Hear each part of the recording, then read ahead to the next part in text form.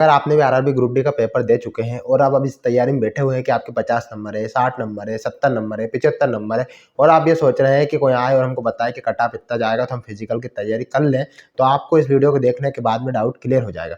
मैं आज आपको ऐसा चौंकाने वाला डेटा बताने वाला हूँ जिसके बाद में आप सोचेंगे कि हाँ ये बात बिल्कुल सही है।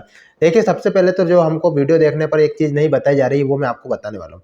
सबसे पहले तो मैं आपको बता दूं कि एनटीपीसी बात अलग होती है, एएलपी बात अलग होती है, लेकिन ग्रुप डी एक ऐसी एग्जाम है जिसमें एक रोल होता है, वो होता है अप्रेंटिस का। अप्रेंटिस के बारे में क्या होता है, ये एक आईटीआई वालों की 1 साल की ट्रेनिंग टाइप में होती है जो कि रेलवे लेता है। अप्रेंटिस वालों के लिए सबसे बड़े फायदा ये है कि जो अप्रेंटिस कर चुके हैं वो बच्चे भी रेलवे में फॉर्म भरते हैं। जो 1 करोड़ फॉर्म भरे उनमें उनके भी फॉर्म है। ठीक है, अब उसके बाद में क्या होता है कि सबसे मेन बात यह है कि उनके लिए इसी सीट में से 32,438 सीट में से ही उनके लिए सीट रिजर्वेशन है। कितना सीट रिजर्वेशन है तो आप देख सकते हैं, मैंने स्क्रीन पर भी लिखा है 20% सीट रिजर्वेशन उनके लिए होता है। यानी कि आप सोच रहे हैं कि भैया 32,000 हमारी है, ऐसा नहीं है भैया।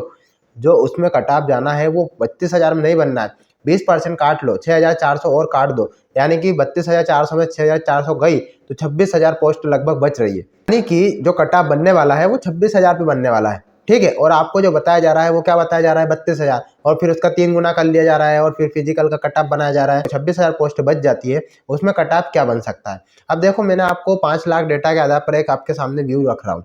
अब इसमें आप देख सकते हैं कि 95 प्लस में कितने बच्चे हैं, 90 प्लस में कितने बच्चे हैं, 85 प्लस में कितने हैं, यानी कि सैकड़ों में, और फिर 80 प्लस में हजारों में गिनती पहुंच चुकी है, 75 प्लस में फिर और बढ़ गए, और 70 प्लस में और बच्चे बढ़ गए। अब देख सकते हैं आपकी लगभग 97-98 हज़ार जो बच्चे हैं वो 65 से 70 के बीच में बैठ रहे हैं।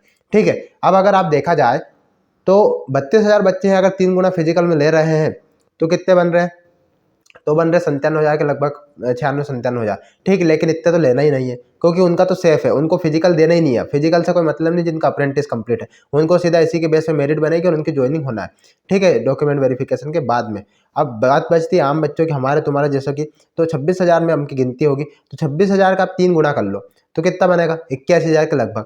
यानी कि जो कट ऑफ, अगर इस लिस्ट को अगर देख ले, मान लो ऐसा नहीं है कि ये लिस्ट पूरी ऑथेंटिक है, पूरा सही है कि सभी बच्चों का डाटा है, 5 लाख बच्चे फिर भी बहुत बड़ी बात होती है।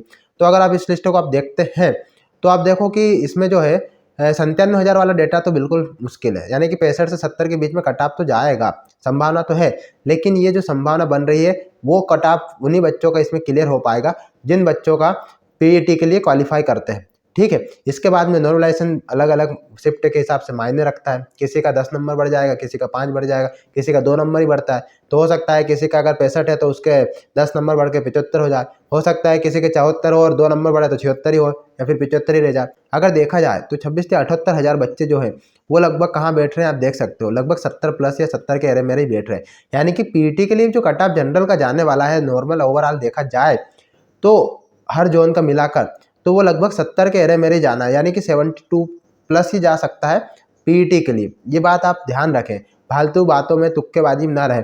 अगर किसी में आपका नॉर्मलाइजेशन में बढ़ जाता है, शिफ्ट हार्ड आती है, या आपकी किस्मत सपोर्ट करती है, या फिर पोस्ट कम होती है, फॉर्म कम डले, तो वो एक बात की बात है। लेकिन नॉर्मल ओवरऑल देखा जाए तो जनरल के लिए, यूआर के लिए जो है वो 72 प्लस कट ऑफ जाने की फुल संभावना है अभी पीईटी के लिए। अब पीईटी जब क्लियर हो जाता है तो उसके बाद में वो 3 गुना बच्चों की जगह सिर्फ 1 गुना बच्चों को लेते हैं। अगर मान लो आज 3 बच्चे लिए हैं पीईटी के लिए, तो फिर 1 बच्चे के लेंगे, 2 को हटा देंगे, तो फिर और फिल्ट्रेशन होगा वहाँ पे, तो फिर और जो है आपके जो नंबर है वो और बढ़ेंगे, ऊपर ही कट ऑफ जाना है तो फिर और 2 बच्चे और हटा दिए जाएंगे। अब जरूरी नहीं है कि हर बच्चा जाएगा देने एग्जाम, लेकिन फिर भी ऑलमोस्ट बच्चे जा सकते हैं। ठीक है, तो फिर बच्चे और हटेंगे तो फिर कट ऑफ और बढ़ाना पड़ेगा। अब जो कट ऑफ बढ़ेगा, मान लो आज आपको 72 पे ले लिया है, मान लो आपको नॉमिनेशन नंबर हुआ 72 और 72 पे आपको ले लेते हैं। उसके बाद में क्या होता है, आपको अभी क्वालिफाई दिखा देंगे, आपको पीईटी के लिए बुला लेंगे, पीईटी भी करवा देंगे, मतलब अपने पीईटी क्वालिफाई भी कर लेते हैं।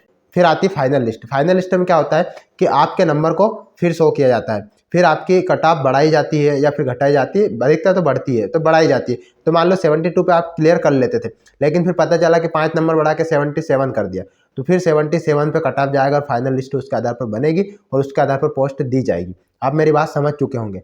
यानी कि मेन बात यह है कि अगर आपके नंबर कम है, नॉर्मलाइजेशन में अगर नहीं बढ़ते हैं, तो आप बिल्कुल उम्मीद ना पालें कि आपका सिलेक्शन हो जाएगा। समझ रहे हैं आप, क्योंकि देखिए पहली बात तो अभी अगर आप 1-2 नंबर से पॉइंट से हो भी जाते हैं तो हो सकता है फाइनल में आप आउट हो सकते हैं।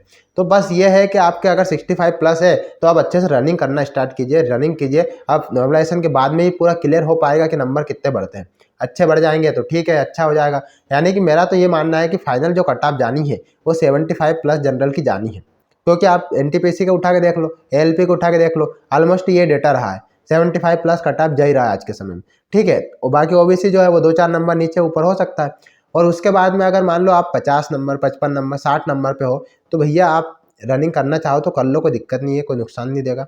आप फिजिकल कर लो, कोई दिक्कत नहीं है। पर मेरी सलाह आपके लिए सही ये है कि अभी जो 22,000 में फॉर्म डाल रहे हैं, फॉर्म डाल दो, मेहनत अच्छे से करो, तैयारी अच्छे से करो। स्ट्रेटजी वीडियो वगैरह मैंने डाले हैं यूट्यूब पे अपने, और देख लो चैनल पे जाके।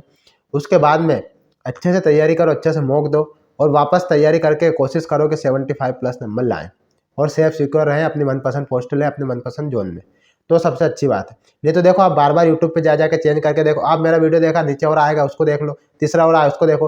अरे भैया कोई बोल दे 60 पे जाएगा कटा, तो क्या 60 पे चला जाएगा क्या आप खुश हो जाओगे? मैंने बोल दिया 75 तो आप दुखी हो जाओगे।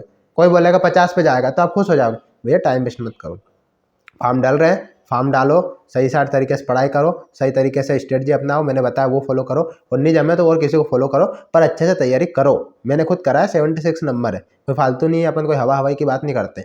आपको मैं फाइनल मेरा एनालिसिस बता रहा हूँ कि जो जनरल का कट ऑफ अगर अभी रो मार्क्स के हिसाब से देखो तो वो 72 से 75 हो सकता है, कहीं कहीं 70 भी हो सकता है ऊपर नीचे, और 1-2 नंबर आप जनरल से कम कर लो ओबीसी का, तो अगर मान लो इसका 72 है तो इसका 70 समझ लो। SC ST का फिर 2-3 नंबर और नीचे कर लो, 68 तक और 65 तक आप समझ सकते हो ST का, ठीक है। और ये जो नंबर मैं बता रहा हूँ, अगर आपके नंबर बढ़ते भी है तो इससे आपको फाइनल तक जा सकोगे। पीईटी के लिए नहीं बोल रहा हूँ, पीईटी तो आपको मान लो हो भी गया, लेकिन फाइनल में नहीं हुआ तो फिर मुंह लटकाना पड़ेगा।